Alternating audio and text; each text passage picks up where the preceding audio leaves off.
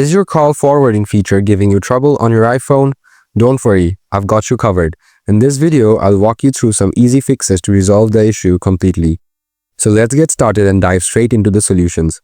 Solution 1. Reset up call forwarding. To do this, open the Settings app on your iPhone. Next, scroll down all the way to the bottom and tap on Apps. Next, find the Phone app from here and tap on it. Now, tap on Call Forwarding.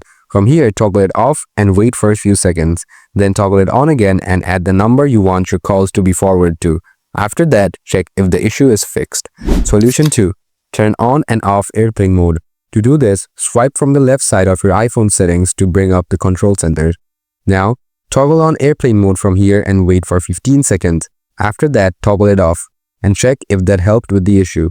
Solution 3. Change cellular or mobile service settings. To do this, open the Settings app. Then tap on Cellular or Mobile Service from here. Now, tap on Mobile Data Options.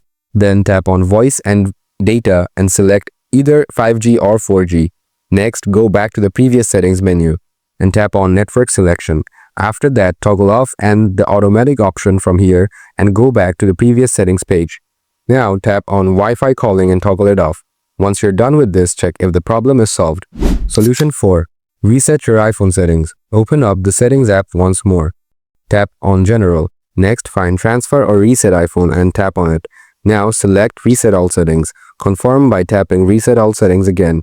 Your settings will now be reset, and the issue should be fixed. And that's how you can fix the issue of call forwarding not working on your iPhone. If this video helped you solve the problem, don't forget to hit the like button. Still having trouble? Just drop a comment, and I'll do my best to assist you. Thanks for watching and see you in the next one.